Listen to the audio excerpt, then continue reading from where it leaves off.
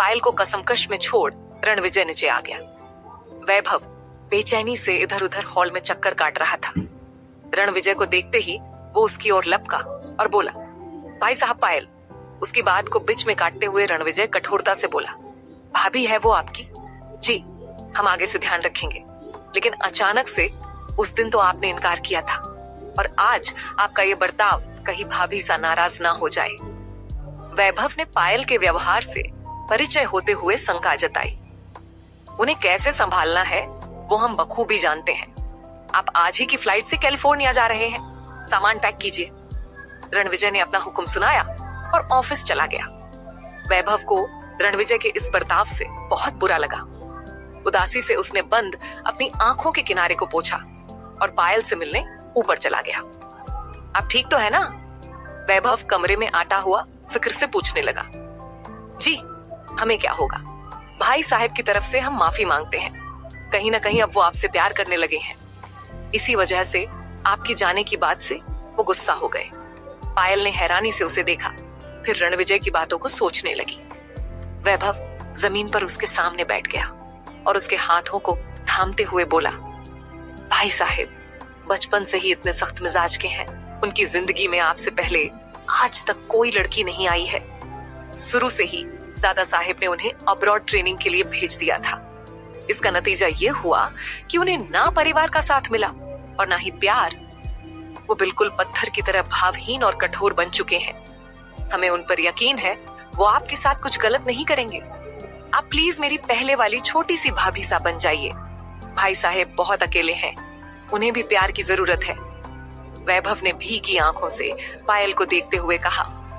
पायल ने उसके आंसू पोंछे और प्यार से बोली, हम उनकी बहुत इज्जत करते हैं वैभव, लेकिन आज का उनका बर्ताव हमें तकलीफ दे गया और हमसे वो सब बर्दाश्त नहीं हुआ। आप हुकूमसा के लिए कोई और पत्नी ढूंढे जो उन्हें वो प्यार दे सके जो वो चाहते हैं, लेकिन हम ना किसी की पत्नी बनना चाहते हैं और ना ही किसी पर बोझ। अब हम इस पर और कोई बात नहीं करना चाहते। पायल ने अपनी बात स्पष्ट रूप से कह दी। वैभव और भी बहुत कुछ कहना चाहता था, लेकिन उसने सब कुछ गीता जी पर छोड़ दिया क्योंकि वो मुंबई आने वाली थी। वैभव ने पायल की तरह मुस्कुरा कर देखा और बोला, हम आज वापस जा रहे हैं, आप अपना ख्याल रखिएगा। पायल ने हाँ में सर हिलाया तो वहां से चला गया। पायल बाहर समुद्र को निहारने लगी और शांत भाव से कुछ सोचने लगी। वही रणविजय अपने दिल में कुछ हल्का महसूस कर रहा था जो इतने दिनों से इसे बेचैन किए जा रहा था। एक सुकून और राहत की सांस। शायद ये सब पायल से अपने दिल के हालत के बारे में बताने से हुआ। रणविजय ने अपनी पॉकेट से पतली सी पायल निकाली जो पायल की थी। उसे गहरी नजरों से देखता हुआ वो खुद से बोला, आप पर अब हम अपना अधिकार मानते हैं। शादी चाहे किन हालातों में हुई, हमें उससे कोई मतलब नहीं, लेकिन आप अब हमारी पत्नी हैं। उम्मीद करेंगे जितनी जल्दी हो सके आप इस बात को समझ जाएं, वरना हम नहीं जानते आपको अपने पास रखने की चाहत में हम क्या कर बैठे। वही दूसरी ओर इटली। अभिषेक सांप की तरह फूफकारता हुआ बिल में छुपा बैठा था। गुस्सा उसके सर चढ़कर बोल रहा था क्योंकि उसके पर रणविजय बेरहमी से काट चुका था। उसका अब पहले की तरह खुले में घूमना दुसवार हो चुका था। रणविजय के लोग उसे पागलों की तरह ढूंढ रहे थे और अभिषेक छुपने पर मजबूर था क्योंकि वो एक बार भी रणविजय के हाथ लग गया तो उसकी सांसें उसी वक्त खत्म थी। लेकिन पैसों के लालच में वो अभी भी अंधा था। पायल को कब्जे में करने की हर मुमकिन कोशिश करता, लेकिन हर बार नाकामयाबी हाथ लगती। मैं तुझे छोड़ूंगा नहीं रणविजय, मुझसे भीड़ कर बहुत बड़ी गलती की है तूने, इसका अंजाम बहुत बुरा भुगतेगा। एक लड़की के लिए तू अपनी जान से प्यारी बहन से हाथ धो बैठेगा। अभिषेक घिनौनी हंसी हंसने लगा और हाथ में ली खुशी की तस्वीर को हवसी नजरों से देखने लगा। बड़ी माँ साहब, हमें भी अपने साथ ले चलिए, हम भी भाभी सा से मिलना चाहते हैं। खुशी ने जिद करते हुए कहा, नहीं खुशी, आप फिलहाल हमारे साथ नहीं जा सकती। अभी वहां के हालत कुछ खास ठीक नहीं है, हम किसी और दिन आपको वहां ले जाएंगे, ठीक है? खुशी ने बुझी हुई आवाज में कहा तो गीता जी उसके गाल सहला चली गई। उन्हें जल्द से जल्द मुंबई पहुंचना था। कुछ घंटों के सफर के बाद गीता जी रणविजय के ऑफिस में थी। अपनी माँ को आया देख रणविजय थोड़ा हैरान हुआ। रणविजय ने आगे बढ़ उनके पांव छुए। यह हम क्या सुन रहे हैं रणविजय? आप पायल के साथ कैसा बर्ताव किया? हमें आपसे यह उम्मीद नहीं थी। रणविजय ने खामोशी से उन्हें देखा और कहा, माँ साहेब, वो यहाँ से जाना चाहती है, इसीलिए हमने उन्हें रोकने के लिए यह सब किया। उन्हें चोट पहुंचाने का हमारा कोई इरादा नहीं था, बस गुस्से में वो सब कह गए। लेकिन आपको क्या फर्क पड़ता है वो यहाँ रुके या जाए? आपने तो पहले ही कह दिया था ना, आप उन्हें अपनी पत्नी नहीं मानते, फिर किस हक से उन्हें रोक रहे हैं? गीता जी ने गहरी नजरों से उसे देखते हुए पूछा। शायद वो आज सब कुछ ठीक करना चाहती थी। हमने हमारा फैसला बदल लिया है माँ साहेब, हम उन्हें अपनी पत्नी के रूप में स्वीकार कर चुके हैं। गीता जी मन ही मन मुस्कुराई, लेकिन चेहरे पर कठोर भाव रखे। लेकिन पायल खुद इस रिश्ते में ना रहना चाहे तो? हमें इससे कोई फर्क नहीं पड़ता। हम बस इतना जानते हैं वो हमारी है, जिस पर सिर्फ हमारा हक है। चाहे मर्जी से या जबरदस्ती से उन्हें हमारे साथ भी रहना होगा और इस रिश्ते को भी अपनाना होगा। रणविजय की आंखों में अजीब सी जिद दिखाई पड़ रही थी। गीता जी एक पल को कांप गई। उन्हें रणविजय में अपने पति का अक्स दिखाई देता था, हूबहू वही ओरा वही तरीका। आप ऐसा नहीं कर सकते रणविजय, ये सरासर नाइंसाफी होंगी उनके साथ। खुद के क्रोध को ठंडा रखिए, उन्हें यकीन दिलाए आप उन्हें सच्चे मन से चाहते हैं। उनके दिल में अपने लिए जगह बनाइए। हमारे संस्कार आपको औरत की इज्जत करना सिखाते हैं, न कि उनके स्वाभिमान को ठेस पहुंचाना। जितना हम पायल को जानते हैं, वो एक स्वाभिमानी लड़की है। बंदिशें उन्हें कैद नहीं कर सकती। हमें आपके फैसले से कोई आपत्ति नहीं है, बल्कि हम तो खुद पायल को राठौड़ भवन की बहू बनाना चाहते हैं। आपसे बस इतना ही कहना चाहते हैं। वो पहले ही बहुत ठोकरें खा चुकी है। उनके सहे गए दर्द को भी हम महसूस तक नहीं कर सकते। उन्हें सिर्फ प्यार और सम्मान चाहिए। अगर आप वो उन्हें देंगे तो वो आपसे दूर कहीं नहीं जाएगी। गीता जी अपनी बात कह वहां से चली गई। रणविजय के दिमाग में उनकी बातें घर करने लगी। उसने घड़ी में नजर घुमाई तो शाम के 7 बज रहे थे। वो घर के लिए निकल गया। घर पहुंचकर उसने पायल के बारे में पूछा, जिस पर सर्वेंट ने बताया कि वो लाइब्रेरी में है। रणविजय फ्रेश होने कमरे में चला गया। चेंज कर वो लाइब्रेरी में चला आया। ठंड का मौसम था और कमरे का हीटर भी चालू नहीं था। उसने अपनी सोल पायल के कंधों पर डाल दी।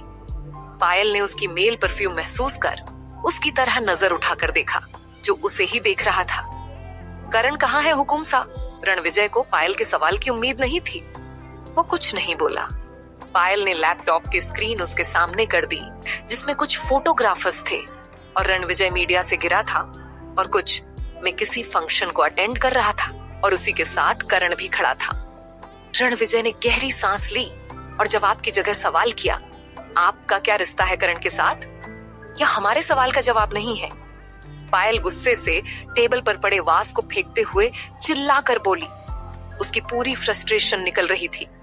आखिर जब रणविजय पहले ही जानता था तो क्यों नहीं बताया? इतने दिन तक क्यों करण को उससे दूर रखा?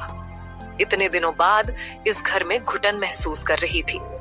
खुद को शांत करने के लिए वो बाहर समुद्र किनारे जाना चाहती थी, लेकिन गार्ड्स ने उसे बाहर तक नहीं जाने दिया। खुद को कैद महसूस कर रही थी वो यहाँ। बिल्कुल ऐसा लग रहा था जैसे वो दोबारा उसी अंधेरी कोठरी में पहुंच गई हो। पायल का छोटा सा चेहरा गुस्से से लाल पड़ चुका था। उसने आगे बढ़ पायल को छूना चाहा, लेकिन पायल ने उसे झटक दिया और दूर होते हुए उसी गुस्से भरे लहजे में बोली, दूर रहिए हमसे। रणविजय का औरा भयानक हो गया। पायल के गुस्सा करने से उसे कोई फर्क नहीं पड़ा, लेकिन उसके दूर होने से उसे बहुत फर्क पड़ा। एक ही झटके में उसने पायल को खुद के करीब खींच लिया और उसकी नाजुक कमर को पकड़ उसे ऊपर की तरफ लिफ्ट कर दिया। दूर होने की बात ना करे तो आपके लिए बेहतर होगा लिटिल कैट। हमें सब कुछ बर्दाश्त है, लेकिन आपका हमसे दूर रहना हरगिज बर्दाश्त नहीं है। रणविजय ने गर्दन हल्की टेढ़ी करते हुए अजीब लहजे में कहा। पायल के बदन में एक पल को सिरहन पैदा हो गई। वो इस वक्त रणविजय के बेहद करीब थी। रणविजय का चेहरा बिल्कुल उसके चेहरे पर झुका हुआ था। उसकी ब्लैक होल जैसी आंखें उसे निगल रही थीं। रह रहकर वो अपनी गर्म सांसें उसके तपते चेहरे पर उड़ेल रहा था। हमें हमारे सवाल का जवाब दीजिए। करण कहाँ है? क्या आपने उसे मार दिया? पायल के मन में यही एक ही शंका बार बार पैदा हो रही थी। रणविजय ने उसकी गर्दन में हाथ डाला और उसके बालों में अपनी उंगलियां फंसाते हुए बोला, नहीं, मारा नहीं है हमने उसे, लेकिन अगर उसने आपको हमसे छीनने की कोशिश की तो बेशक मारा जाएगा। रणविजय ने बेहद सर्द लहजे में पायल पर अपनी पकड़ कसते हुए कहा। पायल का नाजुक बदन रणविजय के कठोर सीने से चिपका हुआ था। पायल ने खुद के गुस्से को शांत करने के लिए एक गहरी सांस भरी और शांत लहजे में पूछा, तो फिर कहाँ है करण? अब तक हमसे मिलने क्यों नहीं आए?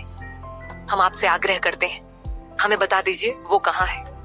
उनसे मिलने के लिए तड़प रहे हैं हम। पायल के होठों में कपकपाहट आ चुकी थी। वही पायल के बोले गए हर शब्द रणविजय के दिल में खंजर खोपने लगे। किसी गैर मर्द के लिए पायल के मुंह से यह सब सुनना उसकी बर्दाश्त के बाहर हो गया। उसने पायल को बेहद गुस्से में देखा और अगले ही पल उसे दीवार से सटा उसके मुंह पर कसकर हथेली रख दी और अपना चेहरा उसके कंधे पर टिका दिया। गुस्सा इतना था कि उसके कंधे कांप रहे थे।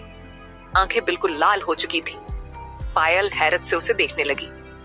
रणविजय ने उसकी तरह खौफनाक तरीके से देखा और उसके होठों को अंगूठे से मसलते हुए बोला, आखिर आप हमें क्यों मजबूर करती हैं कि हम अपना आपा खो दें?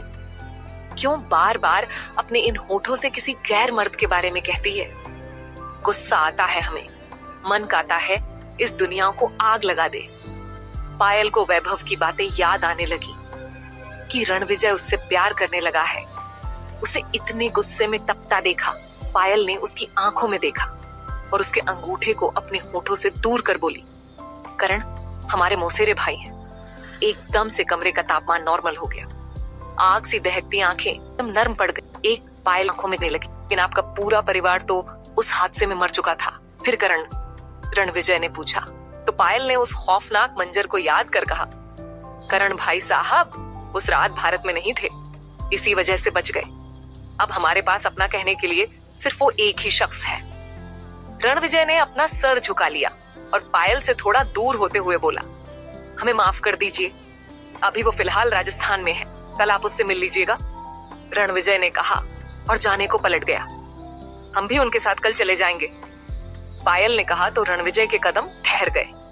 वो पलटा और पायल के नजदीक आ अपने दोनों हाथ उसके आजू बाजू रख दिए और झुककर बिल्कुल उसके छोटे से चेहरे के नजदीक आ बोला, अगर हम आपको जाने ही ना दे तो आप नहीं रोक सकते। पायल ने चीरते हुए कहा। रणविजय ने उसकी लाल हो चुकी नाक को चूम लिया और उसकी हैरत से फैली आंखों में बड़ी नजाकत के साथ झांकता हुआ बोला, little cat, now you are in my cage, और हम भी आपके ही हैं। रणविजय ने उसके होठों को हल्के से अपने होठों से छुआ और वहां से चला गया। पायल बूट बने खड़ी रह गई। उसने अपने होठों को छुआ और बंद दरवाजे को देखने लगी जहां से रणविजय गया था। बढ़ी हुई धड़कनें रणविजय की देन थी। किसी स्टेचू की तरह वो ना जाने कितनी देर तक यूं ही खड़ी रही।